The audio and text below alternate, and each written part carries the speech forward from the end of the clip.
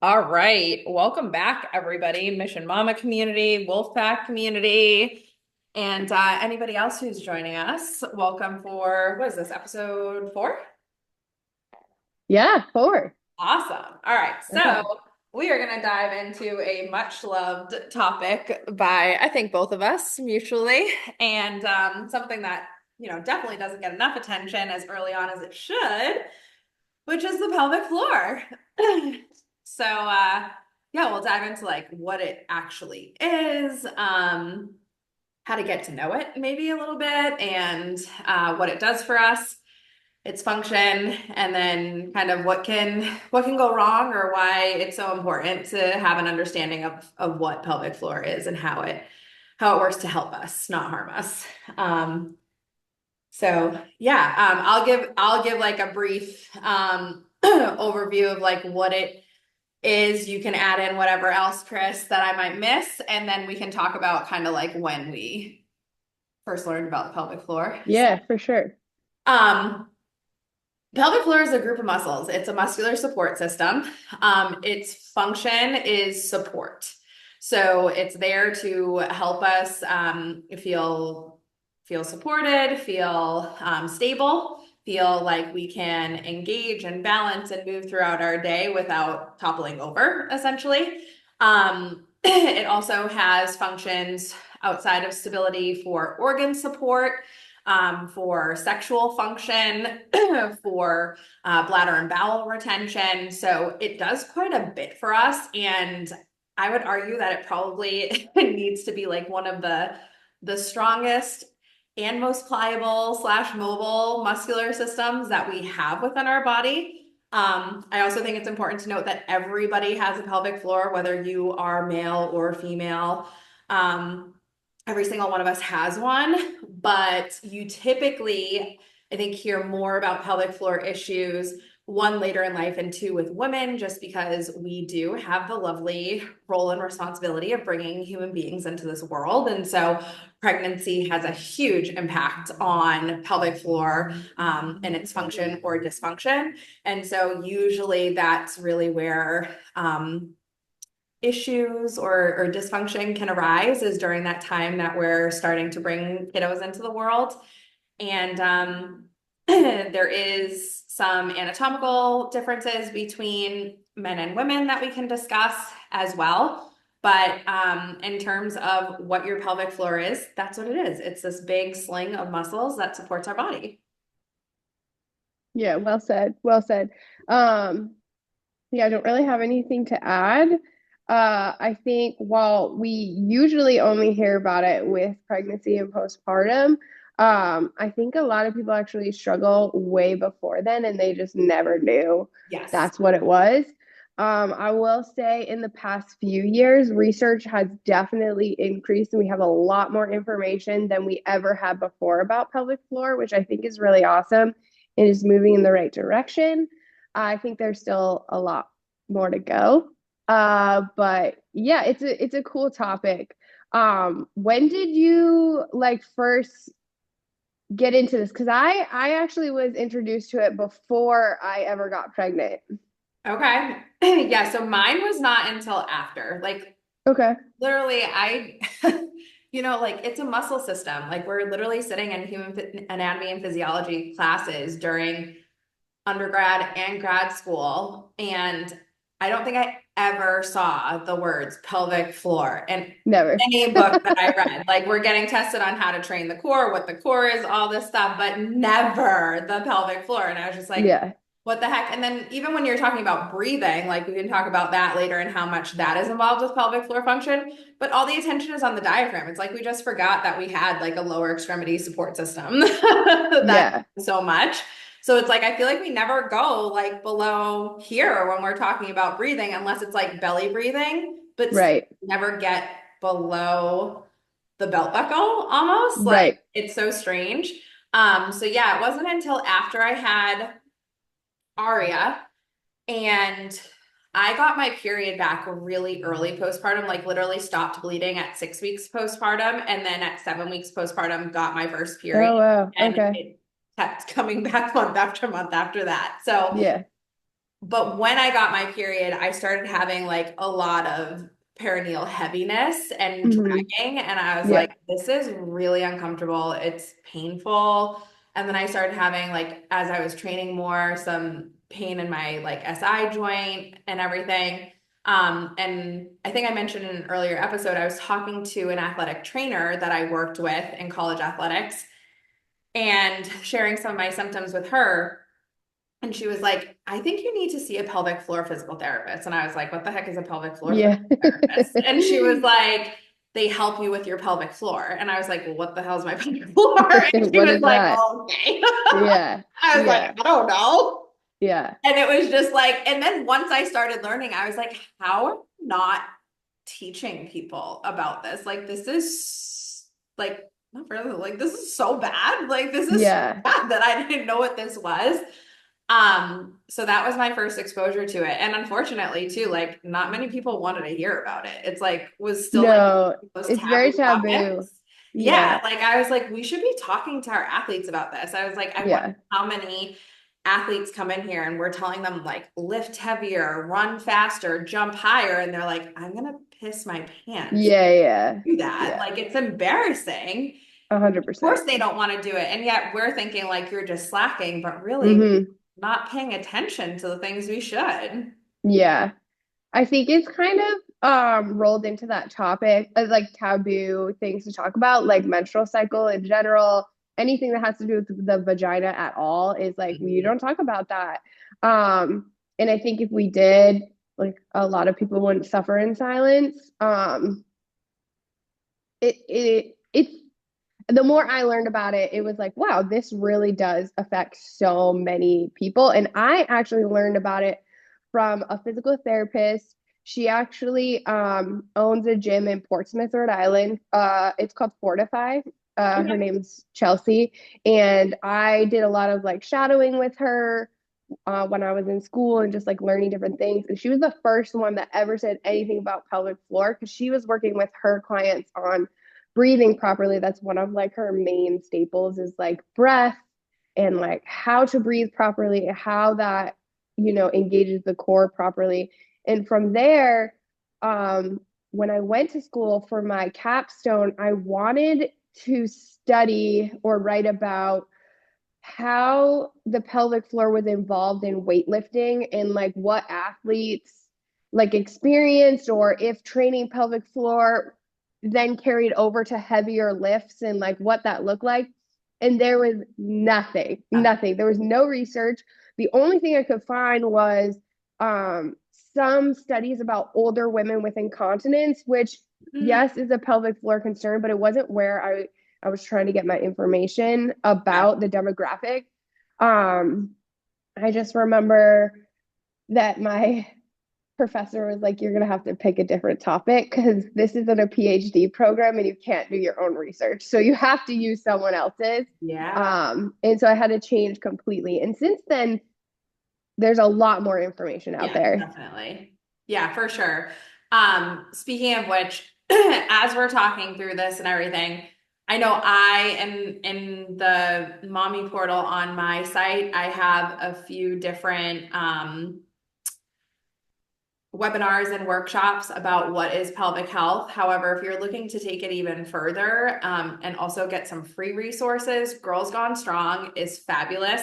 They have tons of free courses, free articles, things like that that you can download to just kind of like dip your toes in.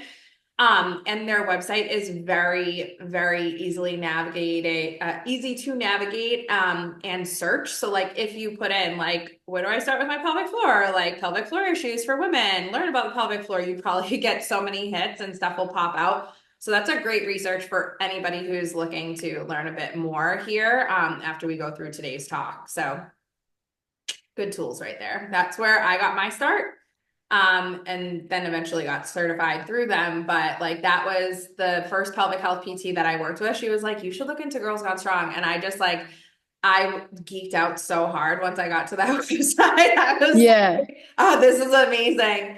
Yeah. And we were actually like, that was right around the time that COVID was hitting. So Hmm. we were working remotely in athletics and my boss was like, I want you guys to start doing like some continuing ed stuff.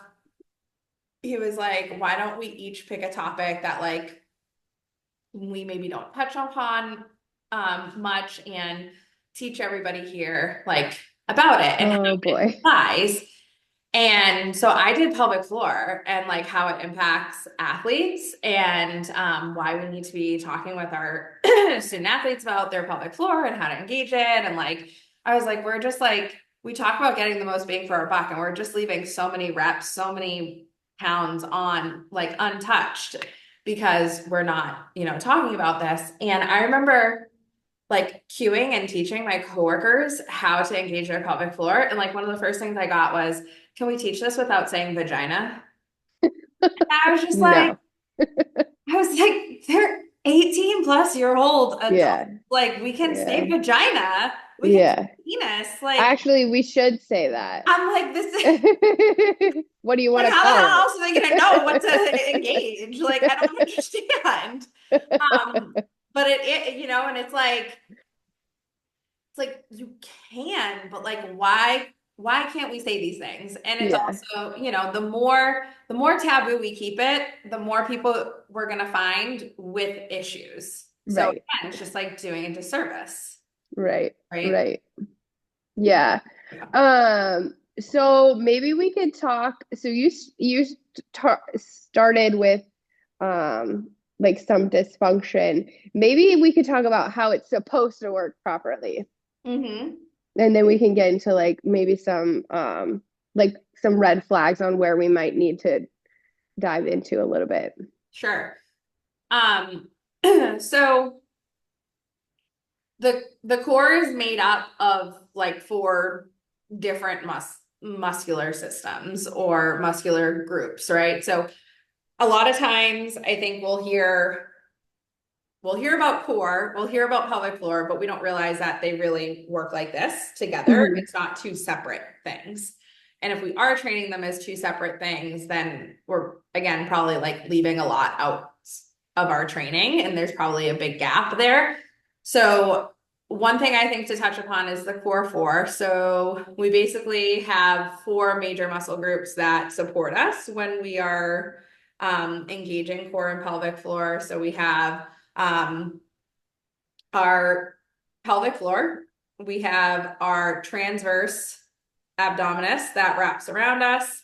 We have the multifidi, which comes down the back, and then we have our rectus abdominals, which are right in the front. Mhm. So this is comprising like our core musculature group that supports all of the work that goes into appropriate and full recruitment between pelvic floor and core. Basically, when we inhale, we're telling our diaphragm to descend and our pelvic floor to descend.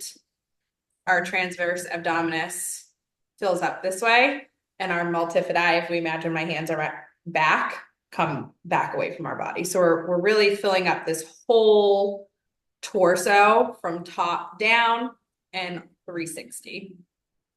And when we perform a Kegel or Kegel, however you want to say it, which is a pelvic floor muscle contraction, that helps to lift up the bottom of that canister so that you can kind of like break through the top and really put as much like stability and force and everything into what you're doing. So I usually like to talk about it in terms of like a can of soda. So if you're holding, we'll say like if you're holding a regular can of soda or cup with a top on it and it's full, you can kind of like indent it, but you're not getting very far, right? Then if you like shake that can of soda, that would be your inhale. And then it becomes Mhm. a lot harder to press in because you just created more pressure, which is Right. intra-abdominal pressure. And then when I crack the top or start our exhale, everything shoots up from the bottom and that big spurt of liquid, comes out. And Mhm. that's where like pelvic floor engages and all of that force production comes through. So that is how core and pelvic floor should work together, is that we're filling up this area, this intra-abdominal area with air, creating pressure. And then we are using that pressure by contracting all of those muscles together and creating rigidity, support, power, force, and so on. Which I think a lot of you or many of you probably have heard the same exact thing when it comes to lifting with the core in mind, leaving out that pelvic floor piece. Exactly. And it's like imagine if you had a can of soda without a bottom on it. Right, But you right, can't create that pressure, or you can't right. do anything with the pressure you've created. Mm-hmm. Um, and that term is like very important when it comes to core and pelvic floor because a lot of people believe that it's just strength. Like I have a weak core, or I have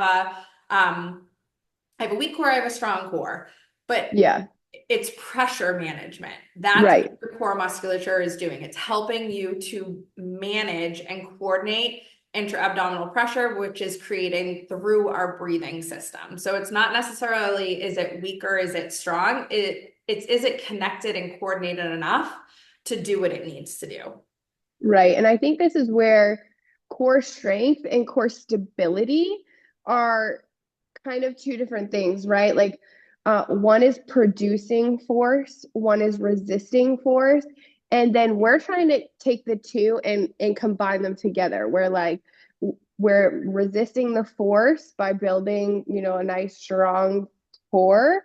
But we're able to produce force to do other things at the same time and getting all of that to coordinate together. Because again, I think when people think core strength, they're thinking sit-ups and crunches. And first of all, that's just like this center portion of the core we're talking about. We're not including 360 all the way around or on the bottom. So I think when we think about core, we really have to think about that stability piece and that strength to control that pressure. Because if it's just like anything else with pressure, if we're not like able to manage it, it's gonna leak. Yeah. Yep. Absolutely.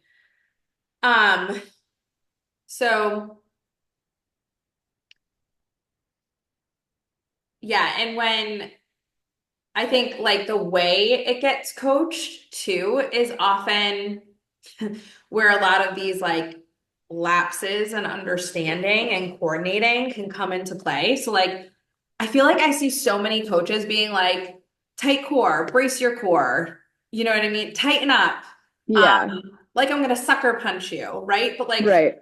like one, I don't think I've ever been sucker punched, so I don't know what that's gonna feel like. I'm being serious, like it's fucking Right like in the stomach. I don't know that like what that's gonna feel Yeah, like. what And what then is that? Yeah. I think we just like sometimes we mindlessly or blindly like give these instructions because we know it's something that the person should be doing, but we don't necessarily understand what like how to coach to do that either. Yeah. So I don't know about you, but I'm very I really like a bottom up approach when teaching pelvic floor and core engagement. Okay. So when I'm coaching like a Kegel or a connection breath, it's like inhale through the nose, fill your body up with air. And then when you're ready, when you're full and you're ready to start your exhale, the first thing I want you to do is like use your vaginal muscles or penile muscles to grab the tab of your zipper and start pulling it up. Mm-hmm. Hit that belly button area, then you can start drawing in that part of your core and continue until you hit all the way up to like Yeah. essentially.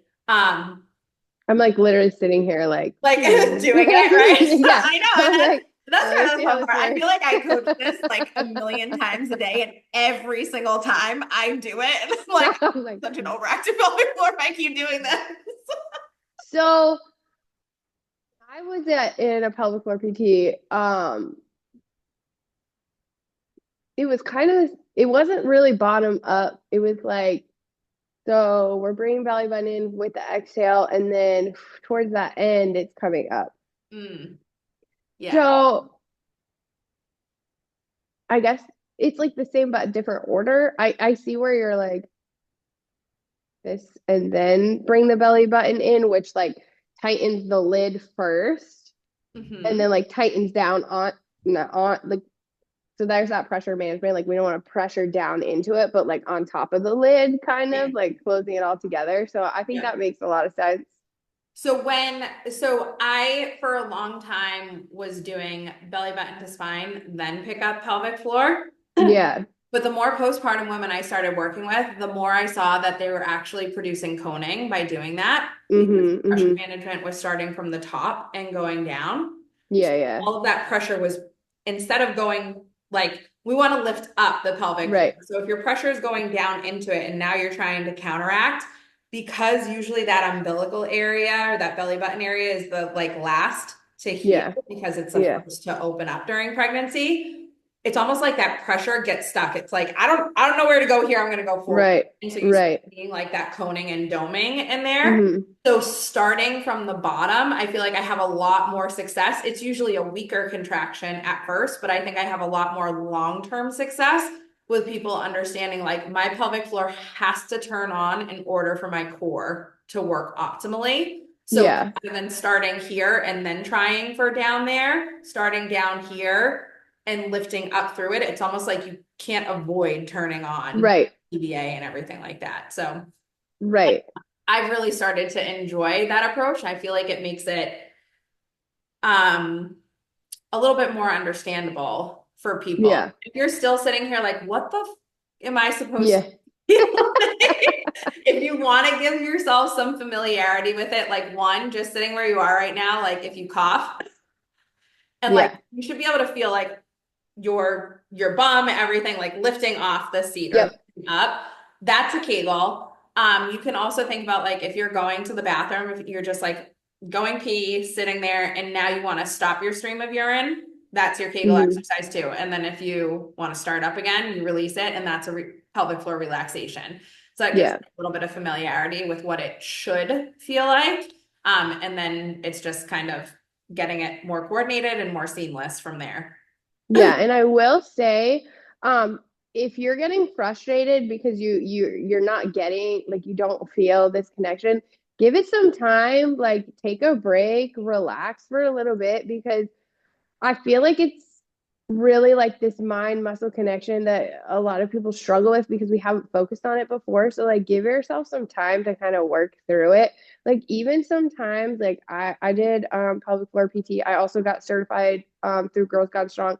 And still sometimes I'll brace incorrectly on a squat and I'll be like, "Oh, nope, that was wrong." So like it's still like a learning process, so don't get frustrated. Just start slow and kind of Mhm. just give yourself some time. Yeah, definitely. I tell people that constantly. I'm like, this is gonna feel strange AF Hmm. until it doesn't feel strange AF anymore. And that's gonna come with repetition. But if you're starting to feel frustrated or overwhelmed by it, which definitely can happen, or I'll say too, if you're starting to feel dizzy, because sometimes people are like, how Yes. do I breathe Yeah, this yeah, much yeah. and breathe deeply this Yeah. much?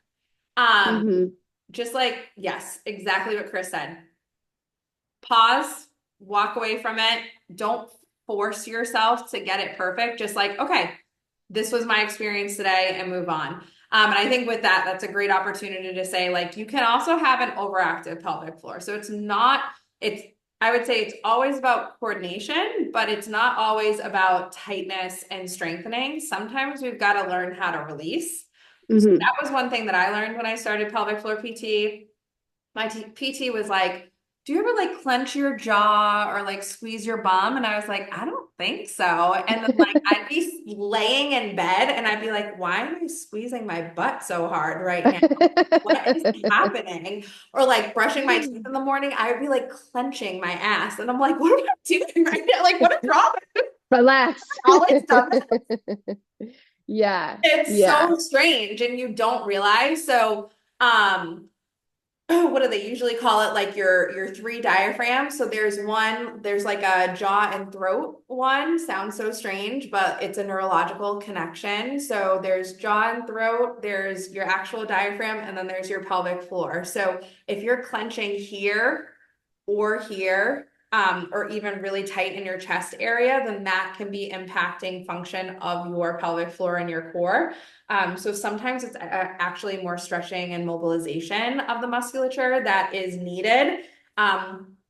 Which, yes, there is some like relaxed diaphragmatic breathing you can do, but that's a more hands-on approach where you're likely going to need to be with a pelvic floor PT so that they can do the internal work to help stretch and lengthen those muscles and give you some relief from the excess tension.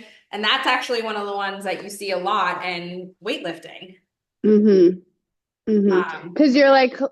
I yeah, think this is like a perfect, I was gonna say this earlier, but what I wanted to say too is like, I think when people think breathe, brace, like not everything is gonna be, I need to brace as tight as possible. Sometimes we just need a little support from our core. Like if I'm gonna pick up a dumbbell, I'm just gonna like a little, my core is on. Okay, I yes, don't need to clench to pick up the dumbbell the same way I'm gonna do my deadlift. So I think we need to understand that like I don't need to be clenching 1,000% every time.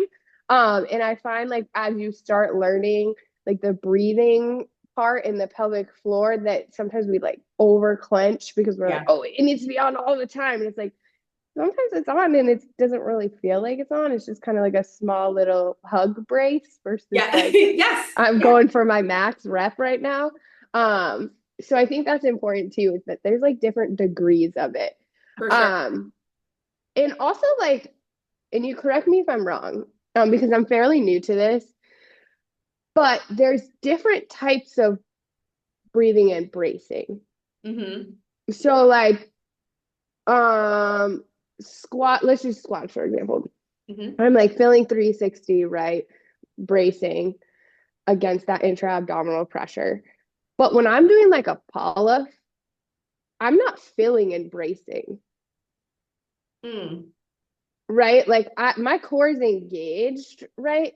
But if I feel and brace or like I do a polyp rotation, if my abdomen is full, I can't rotate properly. Hmm. So I think too, like, and correct me if I'm wrong, but like also there's like different types for different exercises. Yeah. Yeah. So I would say that's one of the pieces that like makes it so hard to like do this on your own. Yeah. Because you're like, well, when do I breathe when? And it's like there are general rules, but then Right. there's also specific recommendations. Right. I wouldn't say rules. There are general recommendations and then there are specific recommendations. Right. We'll say. So like, yes, when I coach like a Pallof press, I typically do like, okay, we're here, we have our resistance, right? Mm-hmm. Take a nice big inhale, exhale, Yeah. engage, Yeah. inhale, fill up, or if That's it's what I do too. rotation, exhale, engage and Yeah. lift, inhale, control it back. So we're working Right. through like that pressure rotation. Then sometimes people will get confused because one of the recommendations is exhale on the hardest part or exhale when you're going against gravity. And it's like, where's gravity when you're going side to Yeah. side, Yeah. front to back, right? It's like Yeah. he's always pushing us down. So it's like, well, how do I do this? So you got to have a couple of different ways of thinking about it. And yes, there are some times where I'm like, okay, like if we're doing, let's say a monster walk, this is one I do Mm-hmm. all the time, and I think it's a great example, is like we're constantly in movement. There's no Mm-hmm. like up, down, or Right. Right. In, out breath. one in, Yeah. out, right? It's like step, step, step, step, Yeah. step. Yeah. It's like, what do I do with my core? And Right. that's where you want to have like a brace and hold, Mm-hmm. but not hold your breath. So like that's a Right. tricky one, which is So I like, how still do should be I able to brace breathe. and keep breathing? Yeah. Okay. So it's like Yeah. figuring that out is like a whole new layer of things Mm-hmm. that's really tough. So yes, there are definitely different recommendations for different exercises. And one other thing that I wanted to touch on, because that was a great point that you made with like, it doesn't always have to be like your most maximal effort. Because people Yeah. are gonna say, like, well, how do I know when I need max effort and how do I know when I don't? So I remember being in pelvic floor PT and saying to my PT, I was like working on leg curls, and I was like, should I be like actively um doing a full pelvic floor contraction on my draw in of my legs every single time, or should I just be like holding? And she was like, Yeah. let's try. And I was like, what a brilliant idea. So we like tried both, and she was like, Yeah. which one feels better for you? And I forget what my answer was, but I was like, this one. And she was like, okay, so you know that you need that activation when you do these, at least right Hmm. now. We can always retest down the Yeah. line. But for right now, that's what's working and that's what we're going to do. And I was like, okay, fair enough. So to everybody out there that's like, well, how do I know what works for me? Sometimes you just got to play around and try it out and see what feels best. Yeah. See where you feel the most supported, the most stable, the most in control. Um, and then I think this is a great place to talk about too, like holding your breath or doing I Valsalva. was literally just gonna be like, okay, let's talk about Valsalva. All right, here we go. Yes, here you go. All right, go ahead. You jump into that one. So I in a lot of okay, so let's take powerlifting out of the equation. We're just talking about general population. We're just trying to get strong, lift some decent weight. I've changed my perspective completely on Valsalva. I actually don't coach anyone to use it. I coach everyone to breathe out instead of holding the breath. So I guess they do hold it on the way down. I'm using squats for an example. Yep, yep. And out on the way up. Um, and I started that after doing Girls Gone Strong and just personally trying to get better at my squats after having my child. It just felt the best. I had the most control over it. I didn't have like leakage or anything like that. So that's now how I coach everyone. Some of your other strength and conditioning coaches aren't going to like that answer. Yep, Specifically with females, I coach that more than anything else is the definitely. breath out. So, and just to like clarify, like Valsalva maneuver basically means that you're like holding your breath with a closed glottis. How do you do that? Honestly, I don't know.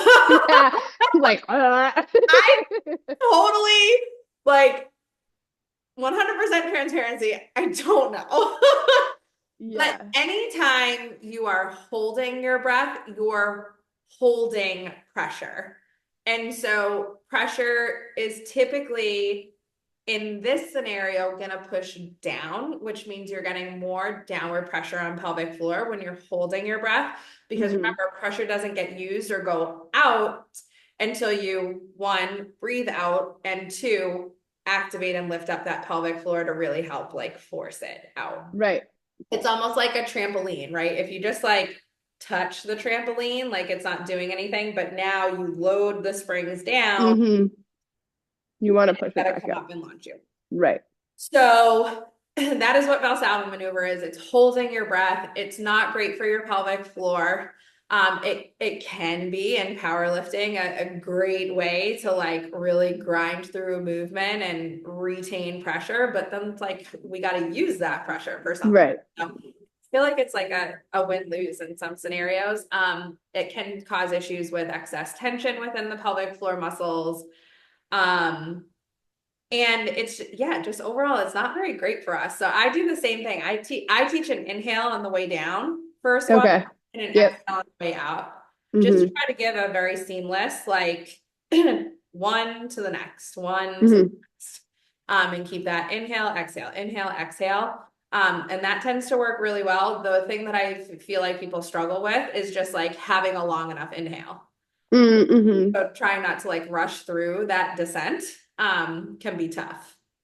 Yeah, I think too, and this was something that came up recently, and I've noticed it myself, and I wasn't quite sure like how to explain it. But when you hinge back, it's harder to hold pelvic floor in that hinge position, like at the bottom of a deadlift, Yep. versus like when you're upright. Yep. And the only explanation I could get was that like because we're stretched in that position. So like holding that because the muscles are slightly stretched where it's a little bit harder to hold. Um, so that's another reason why I like the exhale is because it kind of helps like as we're like standing up or like in that hinge position ready to stand up, it kind of helps like start that little contraction to make sure that we're braced properly. And I don't think we mentioned, but the whole point in like bracing is we want to make sure our spine is as rigid as possible to support and make sure like one, we don't hurt our back, and two, to keep, if we go to the soda can reference, it's kind of like a full can of soda, right? When you step on a full can of soda, it's really hard to squish, but if it's empty, like I can squash it really easy. So think of that as like your core. And so that's what we're looking for to kind of keep that rigidity. There's also that if we're able to really stabilize the core and get it nice and contracted, that we're able to produce more force in our extremities, which is, what we're going for here. Yeah, absolutely. 100%. Um, I think my mom brain is going to take over right now because It's I had like okay. such a good point and I think it just escaped me, The but hinge I with don't the know why I pelvic mentioned floor, it. That's okay. maybe. What's that? The hinge position, like how it's a little harder to engage. That Yeah. is what I was going for. Yeah. So one thing that I hear sometimes they're like, well, if I'm inhaling on the down or on the lean forward of my hinge, or like I don't have any support. And I'm like, you do have support, but you're not actively engaging. So understanding that like our muscles have different types of contractions. So when we inhale, that's the eccentric. That's the Hmm. stretch and fill. So there is pressure there. There is engagement. There is support. And then the exhale and concentric, that's the like usage. That's the more powerful. Um, Yeah. contraction, I would say. So it's not that you have no support and like if you don't brace before you start, you're like, oh my God, I'm gonna get hurt. No, this is where the whole pressure management piece comes into play. So like Right. you're not putting yourself at risk, you're not gonna hurt yourself. But as you're learning, you certainly could if you try to lift something too heavy. So like meet yourself where you're at, grab something lighter, go body weight, use a PVC pipe, whatever it is. Right. Just like take your time going through the movements and coordinating that breathing pattern. And once you feel comfortable, then start to load it a little bit more. Hmm. Um, so I feel like we touched upon a lot upon like what pelvic floor is, how it functions, how we activate it. What happens when it's not working properly? Yeah. Um, so I think we both experienced like that perineal pressure. And it was a weird painful feeling. And when I brought it up to my doctor, they were like, I don't really know what you're talking about. And so I had it for quite a while. So like pain in that region, soreness, leakage. So if you have any incontinence, both urine or fecal, those are all signs of dysfunction. Peeing yourself when you lift, uh, things like that. Back pain can be associated with poor pelvic floor health. Um, you can add to it. Yeah, any pain with penetration. So Yeah, if you're having painful sex or if you're inserting tampons and that feels uncomfortable or whatever you use for menstruation, if you're having trouble retaining those items as well, whether it be tampon, right. menstrual cup, menstrual disc. I actually have a lot of luck with menstrual discs now. Once I had Aria, like I could not use tampons anymore. They were so Hmm. hard to retain. They were so uncomfortable. And then once I did more of my research, I realized like where the cup and the tampon sit within the vaginal canal is actually still requiring quite a bit of pelvic floor engagement with it Hmm. being within the canal. When you have the disc, it actually sits like up above that layer. Oh, interesting. Okay. And it almost has like the same or similar effect as like a pessary. So like I find that Hmm. I don't have a lot of prolapse symptoms when I'm not on my cycle, but when I am and relaxin is higher and I have less support in general, it's pretty uncomfortable to have something inserted. Yeah. Given what we do, I also don't really enjoy wearing a pad, and Right. menstrual underwear is like Yeah. a nighttime thing for Yeah. I like. So like when I'm sweating and everything, it just like it feels gross Yeah. me personally. So I had to like experiment quite a bit. But yeah, any of that like perineal heaviness, vaginal heaviness, dragging, feeling like something's going to fall out of you, Hmm. or is coming out of you, any issues with starting a stream of urine, or if you notice you're going to the bathroom a ton, or you have this urgency that like once you feel like you got to pee, you have to get to a bathroom now or you're going to pee your pants. Same thing with bowel and rectal control. Hemorrhoids can be a sign of pelvic floor dysfunction, Hmm. and poor pelvic health. So, and there are questionnaires and assessments that you can just look up online, like pelvic health screening, optimal pelvic health questionnaire, things like that. And I use those with everybody who comes into Mission Mama too. It's just like a yes or no question. And if you have them, then it's worth looking into a pelvic floor PT. Like there's no non-benefit to getting yourself some assistance. Yeah. I would say the most uncomfortable part is like just um that it's like a I don't know, say like private and intimate area that's being assessed and it can feel embarrassing, but like these are trained professionals who are here to help Right. you feel better, Right. not like berate you or anything like that for like Right. having issues that you're having. These issues are super common and they just don't get enough attention. So like the fact that you're experiencing them, you're far less broken than you feel. Yeah. And you have a lot more people in your company than you probably realize.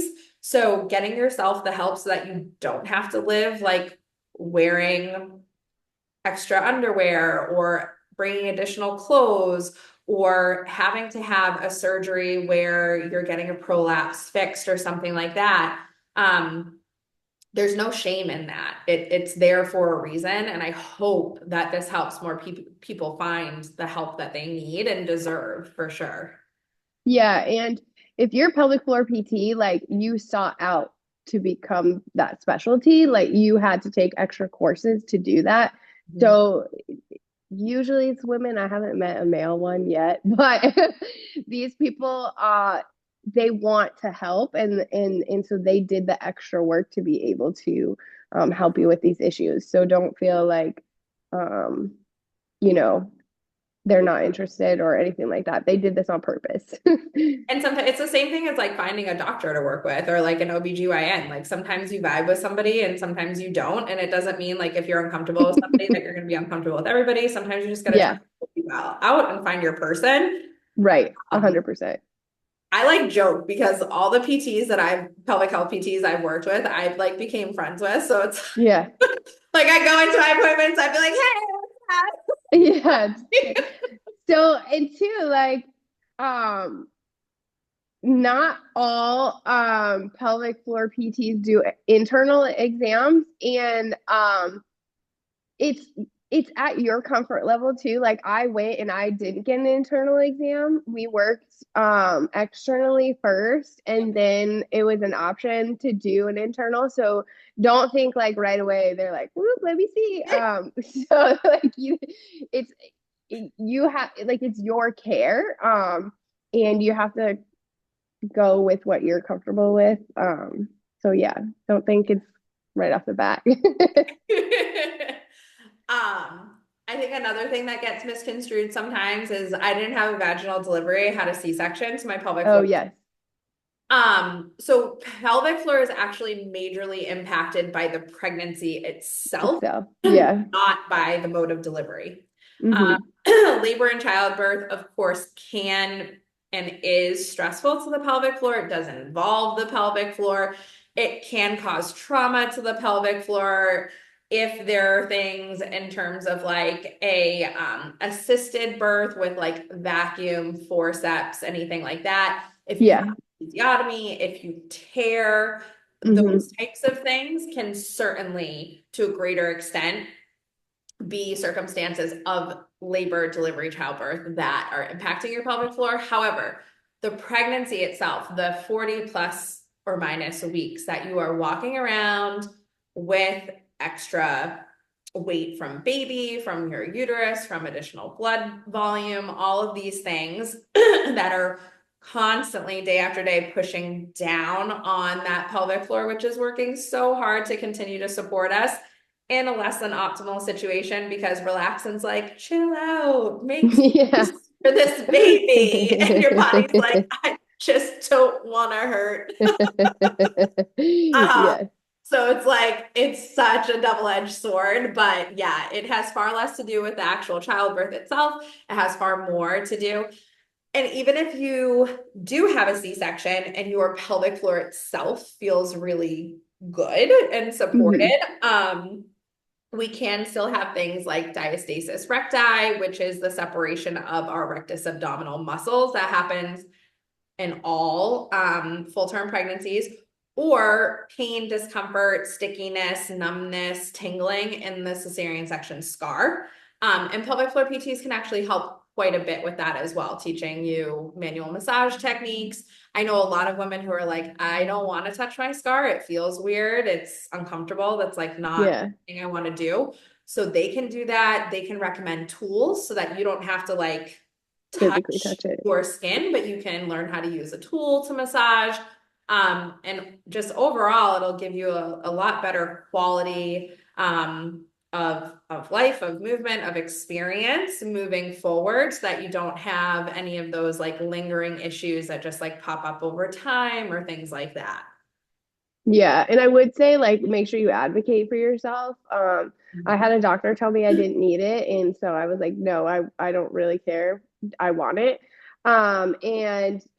If you are pregnant now, you can see pelvic floor dirt while you're pregnant. You don't have to wait until postpartum. I saw mine while I was pregnant and after, so it I thought it made a huge difference I did to too. see them before. 100%. And another thing that I'll touch upon too is um this is not solely like a pregnancy or non-pregnancy service No, yeah. or issues that can arise, Hmm. especially for females.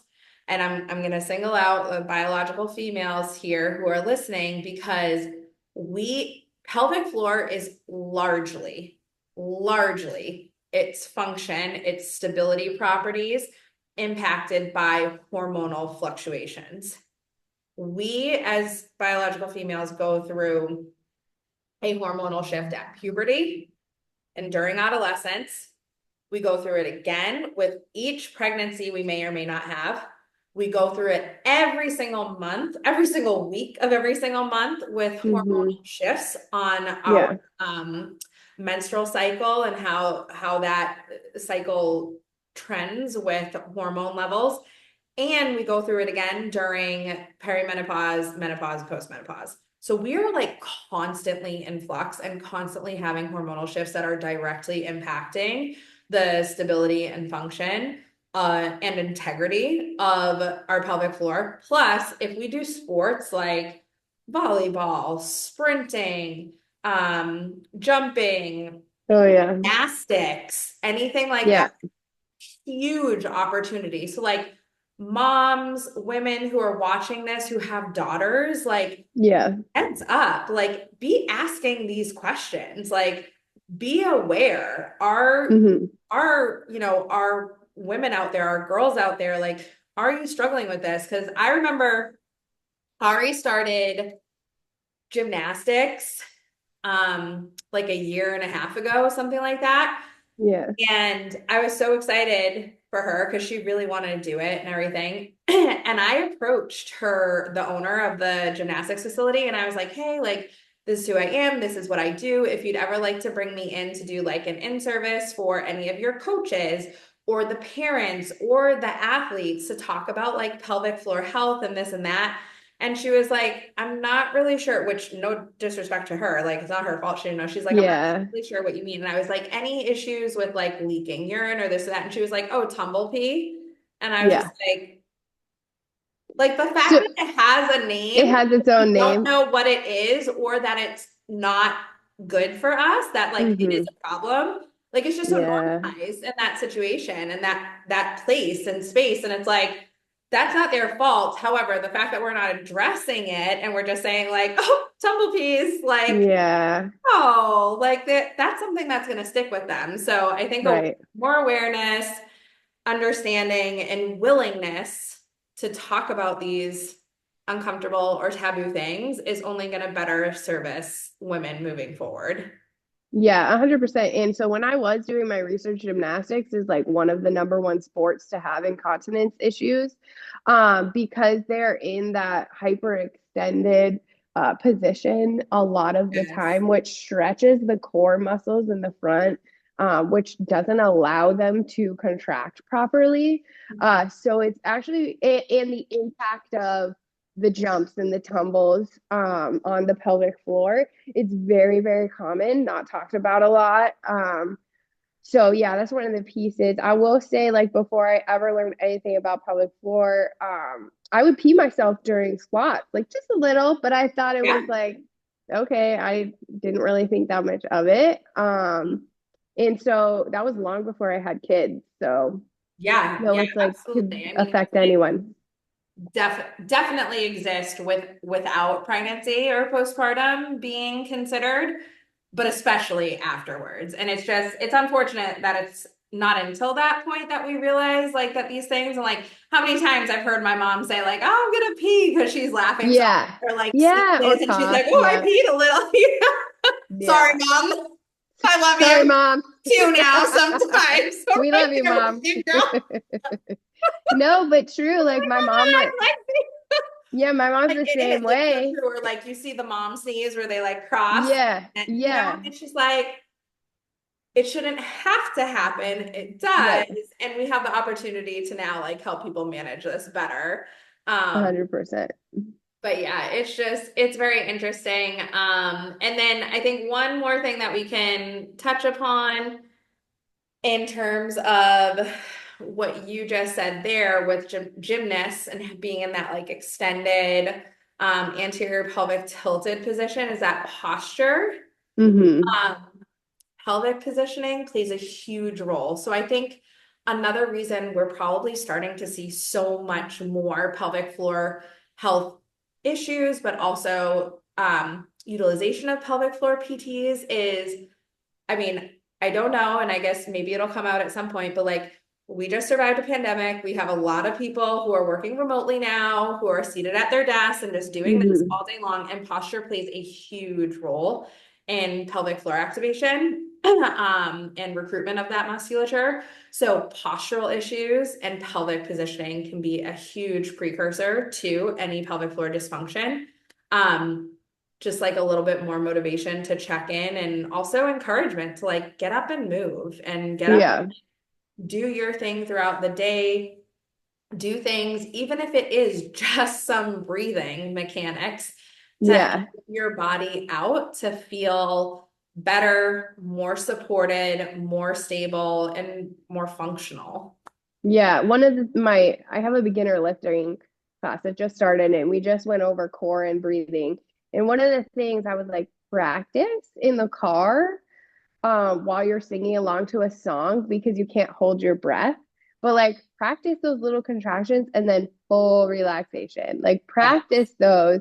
And just like here and there, just so you kind of get used to it. And like you have to sit up nice and tall and you have to be aware of what you're doing. And I think it's a good way to just like start kind of thinking about it. Yeah, absolutely. Add it into your workout. If you're somebody who makes it to the gym regularly, put some connection breaths in your workout. Like it's a great way to get everything signaling together. It's great in nervous system stimulation Yes. and everything. Yeah. So really good tool there, and not to be overlooked or taken for granted, because there's a lot of power and strength that comes with those gentle activations. Yeah, and I think if we could give you some tips going forward from this one to our next one, like think about your breath. Are you breathing into your shoulders? Because when you're chest breathing, you're signaling your body that you're in stress. Um, and like we're not most of the time if we're breathing into our upper chest here, our pelvic floor is clenched tight, right? Like we're stressed out. So think about your breathing. Are you breathing with your belly? Are you getting that relaxation and slight contraction when you breathe? Just being a little conscious about your breath, um, just throughout your day is a good thing to think of too. Yep. A lot of people say, like, when do I have time to fit in breathing exercises? And I'm like, when you're sitting in bed or on the Yeah. couch at the end of the night and you are watching your TV show or you are doom scrolling on Instagram or whatever it is, that's a great. I'm like, I don't even need you to put down your phone. I No, just yeah. need to do the connection breath. I just need Hmm. to do the diaphragmatic breath. I need you to relax your bum. I need you to let go of the tension. Yeah. I'm like, that's what I need you to do. So finding pieces of your day where you don't necessarily need to set aside time specifically to do that, but just to do it, incorporate it Hmm. as part of what you're already doing, that's where you fit that in. Yeah. And I think you'll notice, like, I think most people will notice a huge and very quick, like, benefit and alteration to how their body feels, how their activation, balance, things like that feel as well. So, yeah, really good tools. And Yeah. yeah. Hopefully that helps and you get a little relaxation out of it. As always, feel free to reach back out with any questions, comments, concerns. I know Chris just said that she's just started a beginning lifting program, which I hope is going really well for you. Mission Mama just put out actually a core and pelvic floor challenge, which is up on Oh, our nice. website. There's a free downloadable PDF, and you can get the videos as well. But just a way to, like, I was designing that and I was like, I'm doing 2 days that are just breathing. I'm like, this is gonna be great. Like, Yeah. just all breathing mechanics. And but yeah, I hope this brought some valuable information to everybody who's listening along. Send along any questions or comments and concerns. And yeah, I guess happy breathing. And I hope you learned something about your pelvic floor and how to give it some love today. Yeah, for sure. And send us some questions if you want us to cover them on here and we can pull those up. Awesome. Cool. All right, All everybody. right. Have a great afternoon. We'll see y'all soon. Bye.